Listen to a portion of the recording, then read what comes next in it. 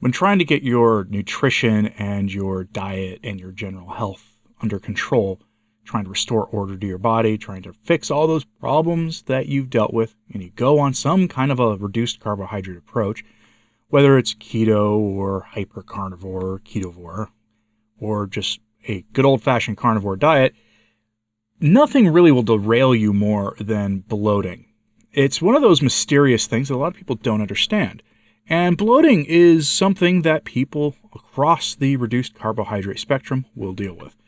I've dealt with it.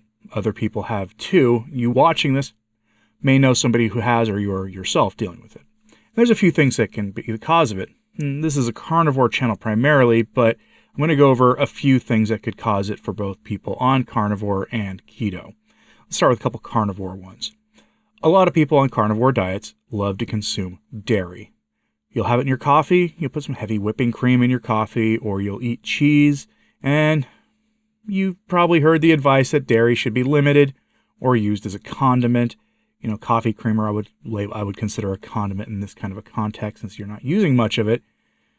But it's pretty easy to go from just, a little bit of cheese on the side of your dish or a little cream in your coffee to having more than is advisable. We've all been there probably at some point where we've eaten far more cheese than is advisable. A lot of the weight gain I've experienced in the last few months was caused by overindulgence in dairy. I know it from experience. But this is not about weight gain. This is about bloating. So what can cause it? Well, there are two principal things really in dairy that can cause this. A lot of people are, of course, lactose intolerant. And you might not think you have a history of lactose intolerance. What might be the case is you were just very mildly lactose intolerant back in your standard Western diet days and didn't really run into this until you caused all the things causing you inflammation out of your body, out of your diet. So you're not eating bread anymore, probably not eating nearly as many vegetables as you used to or as much fruit as you used to. You got rid of all the nuts and all the other stuff that may have been causing inflammation. And now you're aware of your body's signals more, and the dairy is probably still causing you problems. And it could be from the lactose. Now, there are lactose-free milks. If you insist on keeping your dairy in your system, Whole Foods reportedly has a lactose-free milk. I just haven't seen it. Or a carb-free milk, which is going to be lactose-free. I haven't seen it at Whole Foods myself, but I've heard that it's interesting tasting, to put it mildly. The other culprit, though, could be the proteins in the dairy itself. Many people are actually allergic to dairy proteins. You'll see sometimes in comment sections in social media where people are talking about the joys of butter on the carnivore diet, and some people will say that they still had inflammation from eating butter at all, and so they had to reduce it to ghee. And even for some people, it's still not enough. They just have to eliminate it entirely. Dairy all together, just gone. You could try a couple other things. If that doesn't sound appealing to you, like you just love your butter, again, Whole Foods or stores like it may carry some goat butter. Goat butter's not the most easy to come by thing, though, at most traditional grocery stores.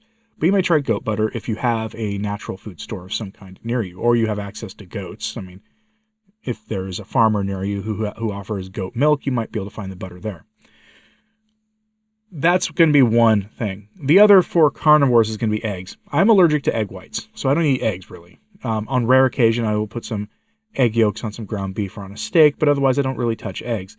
When I was a kid, I was forced to eat eggs every weekend, and it's not something I appreciate. I don't eat eggs. I don't like them. They still have mental blockages to eating even the yolks, and except in the form of things like hollandaise sauce and things like that. So I don't really eat them, and I know there are health benefits to egg yolks, and I'm not saying there aren't. But a lot of people are allergic to egg whites. There are some people allergic to egg yolks. You may not be aware of it, and you may have a very, very mild allergy to it. I would suggest if butter and dairy aren't the problem, and you're on a carnivore diet, try eliminating the eggs. Maybe the egg whites to begin with, and see where it goes for you. But the main culprit, I think, for if you're on keto, whether it's the super clean Mediterranean, Thomas DeLauer keto, olive oil, all that good stuff, you're eating clean foods, you don't even know what a processed keto food tastes like, or on the other end of the keto spectrum, you're eating the knockoff keto-friendly Oreo cookies that are out there, whatever they are, whatever that brand is, Carolina or something. I don't know. I've seen them before. if you ever look at keto treats, especially ones meant to mimic bread, whether they're keto bread or keto cookies or keto pies or whatever, they're loaded with fiber. And fiber, when you ingest too much of it, will cause bloating. If you want a fast track to bloating city, go buy a Quest pizza. I'm not telling you to eat one, but if you really want to know what I'm talking about, if you want to experience it firsthand, go buy a Quest pizza. A whole Quest pizza has something between 50 and 60 grams of fiber in it. That's a lot. That is a lot of fiber.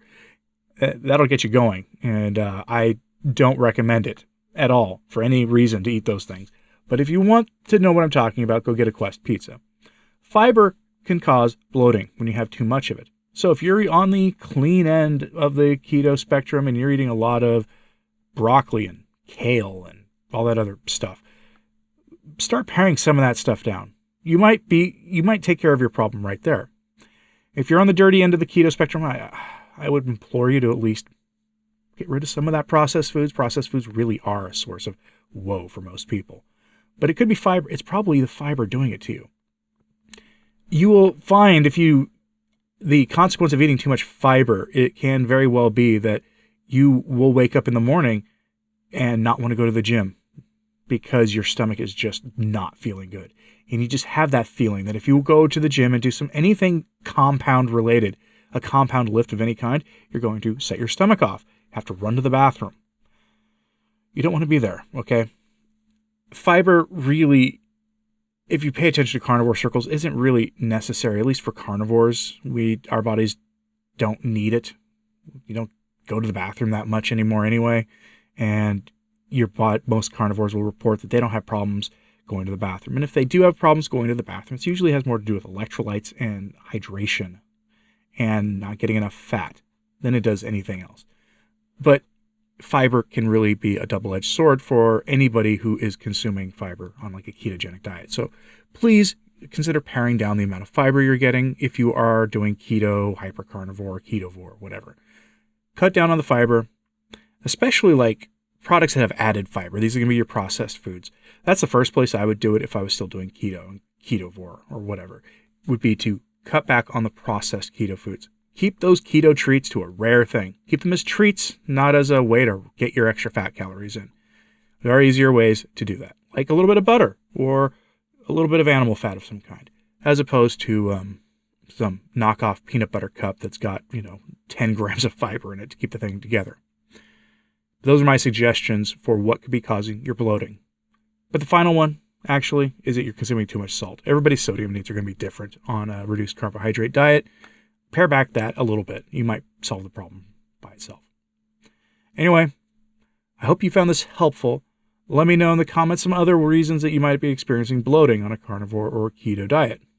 And like and subscribe if you haven't. It certainly helps. So does sharing this on social media. Helps a lot too. I'm Anthony Stine, the Practical Carnivore. Thanks for tuning in.